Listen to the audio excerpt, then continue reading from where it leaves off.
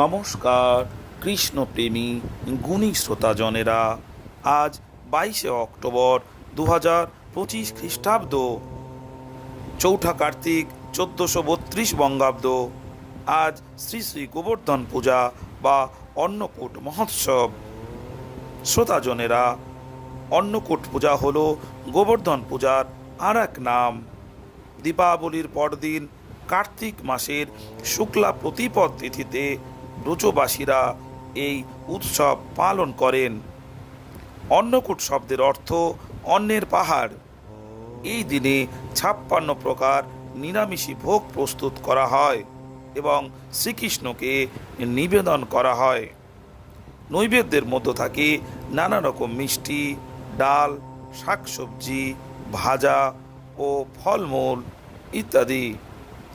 শ্রীমদ্ ভগবদ গীতায় ভগবান শ্রীকৃষ্ণ বলেন, সর্বধর্মান পরিত্যাজ মাং একং শরণং ব্রজ, অর্থাৎ সকল ধর্ম পরিত্যাগ করে কেবল আমারই শরণ নাও।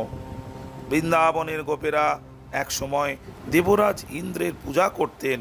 তখন শ্রীকৃষ্ণ তাদের বোঝালেন যে জীবের সুখ দুঃখ দেবতার হাতে নয়, কর্ম ভগবানের কৃপায় নির্ধারিত হয়। অহংকারের ইন্দ্র প্রবল বর্ষণ শুরু করলে শ্রীকৃষ্ণ এক আঙুলে গোবর্ধন পর্বত তুলে ব্রজবাসীদের রক্ষা করেন। এরপর ব্রজবাসীরা শ্রীকৃষ্ণের নির্দেশে অন্নকূট মহোৎসবের আয়োজন করেন। অন্নের পাহাড় সাজিয়ে তারা গোবর্ধন পর্বতের উদ্দেশ্যে ভোগ নিবেদন করেন।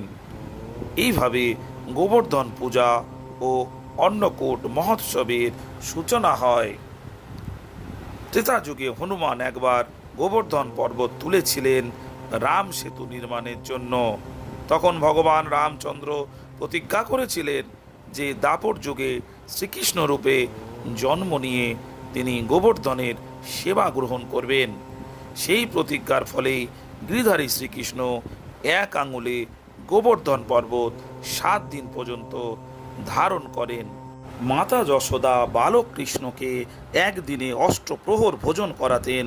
গোবর্ধন পর্বতকে টানা 7 দিন কৃষ্ণ ধারণ করার কারণে তিনি অন্ন জল গ্রহণ করেননি। তিনি কর্তব্যে অবিচল থেকে গ্রামবাসীদের প্রাণ রক্ষায় অভুক্ত থাকেন। দিনে 8 বার করে খাদ্য গ্রহণ ধরে 7 দিন হিসাবে তার জন্য 27টা 56 রকম পদ তৈরি করেন গোকুলবাসী। নমস্কার শ্রোতাজন, ভালো থাকবেন।